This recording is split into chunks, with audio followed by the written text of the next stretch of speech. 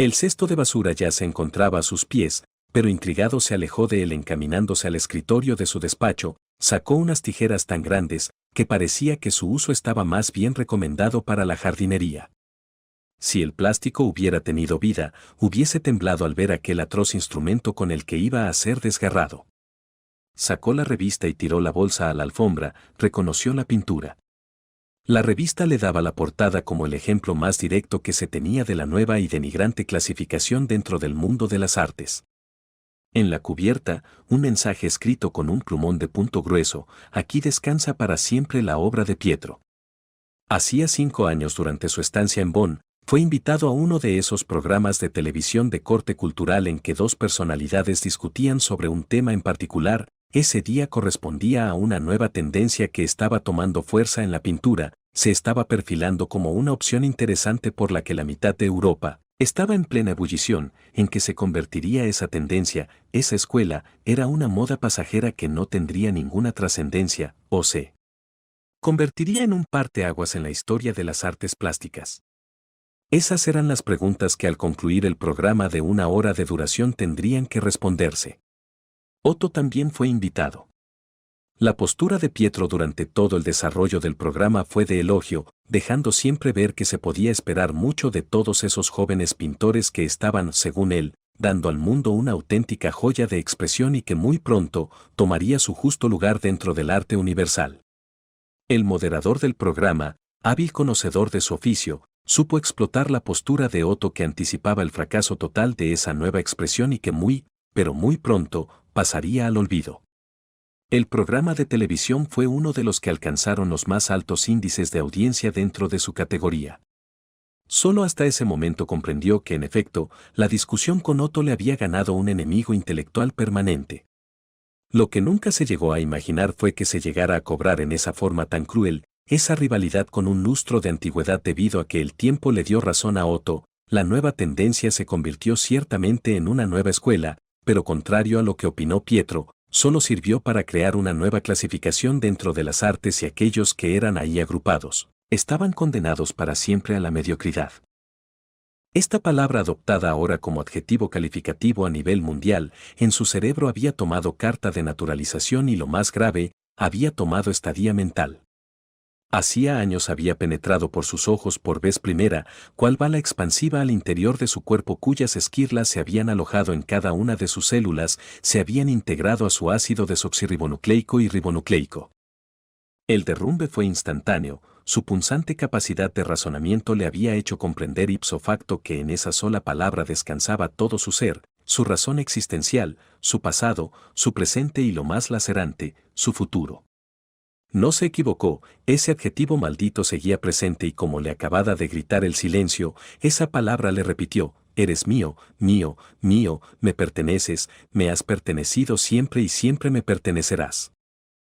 Hubiera querido que el fracaso de su existencia se hubiese debido a un acontecimiento fortuito, la pérdida de su esposa, la pérdida del hijo que nunca tuvo, o cualquier otra situación que le permitiera maldecir algo tangible, algo que se pudiera tocar, pero no, ni siquiera tenía el descanso de ese consuelo. Toda su desgracia se nutría de una interpretación, en algo tan intangible como una palabra y lo que él en su interior construyó con ella.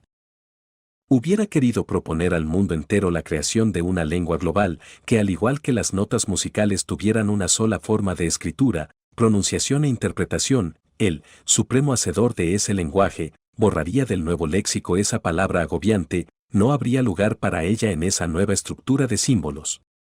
Había muchas dudas que resolver antes de hacer oficial su planteamiento: ante qué organismo internacional habría de presentarlo, en qué tono se habría expresar una tragedia, o el amor, o el odio, la caridad, la esperanza, la fe, y sobre todo, en qué tono dirigirse a Dios. Solo estaría dispuesto a hacer una pequeña concesión a la nueva forma de comunicación oral y escrita: habría variaciones o clasificaciones, en lugar de las lenguas hasta ahora conocidas, se hablaría brahmsial, beethovenal, chaskovskial, y una interminable clasificación tan amplia como las emociones que el hombre pudiera crear y desear expresar. Así como había sido posible hacer hablar a las 4 estaciones del año a través de la música, también se podía expresar cualquier estado de ánimo, acción o intención. En el afán de buscar solución al laberinto mental al que había sucumbido, llegó a la conclusión de que si una sola palabra ayudó a construir un muro, tal vez miles de ellas, sabiamente dirigidas, podrían derrumbarlo. El Vía Crucis dio inicio, primero los mejores psicólogos, después los mejores psiquiatras. Palabras hubo, por miles, por cientos de miles, sin embargo, aquellas que deberían llevar el bálsamo del derrumbe nunca llegaron o de nuevo, sus oídos le habían traicionado. Tal vez esos expertos en conducta habían acertado en su análisis y cuando pronunciaron las palabras mágicas que habrían de salvarlo, volverlo a la vida, sus oídos habían transformado cada sonido, cada sílaba en simples ruidos que él nunca pudo interpretar en forma correcta. Sí, seguramente eso fue. ¿De qué manera cobrarse esa afrenta que lo mantenía atado a esas letras infernales? De pronto quedó petrificado. No, Van Gogh no. No lo soportó más, el peso de su pensamiento, que momentos antes le había hecho caer como un fardo, ahora convertido en abundantes nubes grises que presagian las tormentas en el verano tropical, se aligeró gracias a la esperanzadora promesa de la copa que una vez más le prometía reducir el agobiante peso de su razón, cual sagrado cáliz que promete, cuando menos por unos instantes, compartir la vida eterna con el absoluto eterno. Se sirvió la copa cuando el pulso ya temblaba ligeramente, apuró el trago y junto con este llegó la urgente necesidad de crear una nueva ilusión, tenía que aferrarse a ella para seguir con vida y ahora Mario Alberto con su solicitud era la piedra en la que fundaría esa ilusión. La historia de su vida se resumía solo a eso, crear una ilusión, esperar que el tiempo y la realidad la despedazara, asistir a su agonía, a sus servicios fúnebres y antes de enviar la última palada de tierra, crear, con la desesperación del minero al que se le agota el oxígeno después de un derrumbe, una nueva ilusión. Volvió a llenar la copa y gritó, «Esta va a ser, esta va a ser, esta va a ser». Siguió una copa, y otra y otra. Se empeñaba en creer en esa fortaleza artificial, quería darse vida, volver a sus orígenes, cuando eran más los planes que los recuerdos, esa era la obertura con la que iniciaba el ciclo eterno y salvador de sus ilusiones.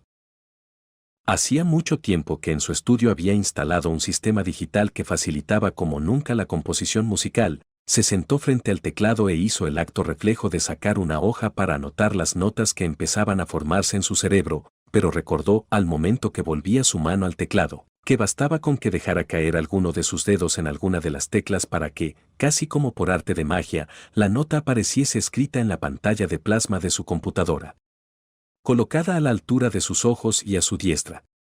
Siguió tocando, el pentagrama se iba llenando con las notas con las que pretendía recuperar su dignidad, su autoestima, su razón existencial, notas con las que deseaba ahora más que nunca alcanzar la inmortalidad, otro estado intangible al que le había dado demasiada importancia, ya que siempre pensó que la creación humana no debe tener como último fin, ¡qué estupidez! Se dijo, un fin siempre es último, la permanencia eterna, porque ya antes le habían dicho que no haremos cosa que perdure.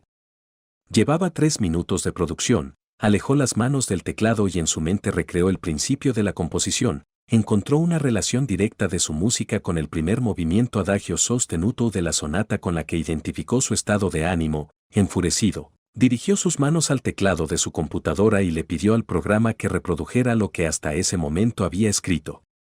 Efectivamente, pareciera que todo se reducía a una variación de las notas amadas odiadas. Odio, nada la causaba más aversión que su flamante equipo computacional, en que maldita parte del ser se esconde el talento. Se preguntaba cuando impotente, se sentaba frente a esos portentos tecnológicos, con los que, ingenuamente, creyó que su creatividad se dispararía al mismo limbo. Nada más falso, cuando caía en delirium tremens, una cara infernal aparecía en la pantalla de su computadora para gritarle su mediocridad. Míranos, somos el resultado más evolucionado del ingenio del hombre y no te servimos de nada. Existen compositores que darían su vida por contar con nuestra ayuda y tú, aborto indeseado de las musas, no haces nada con nosotros. Nuestros circuitos están vírgenes, nuestros sistemas de almacenamiento han vomitado lo que tú llamas composiciones en un atentado imperdonable a la creatividad de los auténticos genios del pasado, los bits en los que convertimos tus notas, se rehúsan a permanecer en la superficie de grabación, cual gotas de agua que, al ser vertidas en una plancha caliente, saltan, disminuyéndose en volumen e importancia, desvaneciéndose hasta convertirse en vapor, en nada, en lo mismo que es tu obra.